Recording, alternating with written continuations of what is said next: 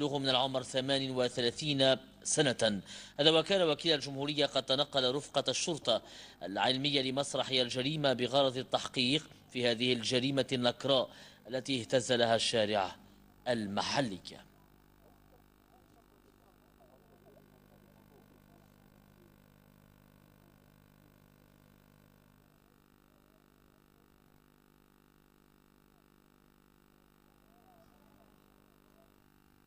بينما تبقى دوافع وأسباب الجريمة تتضارب حولها المعلومات والتي رصدتها شروق نيوز من محيط العائلة والجيران، حيث أن هناك من يقول بأن الجانية تعاني من اضطرابات نفسية وتشتغل بمؤسسة صيدال بقسنطينة، بينما يقول الآخر أنها تعاني من مس جني.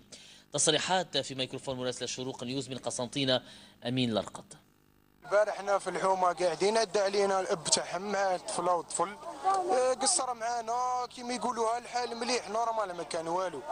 نوضوا الصباح نسمعوا هذه الفجعه يعني اللي تفجعنا بها، ربي يصبرها ان شاء الله، وهما ناس طيبين وناس ربي يعوض عليهم ان شاء الله بخير من هكا. سمعنا باللي كيما يقولوها كاين بعض الامور هكا عائليه، سما باللي صرا لها هكا بروبليم، باللي حالتها النفسيه ماهيش مليحه بين البارح وما هو البارح. يخلعنا سما جارنا، هو سما جارنا ونعرفوا ولادو في الشيخ تاع السبور، هو تاع البارو.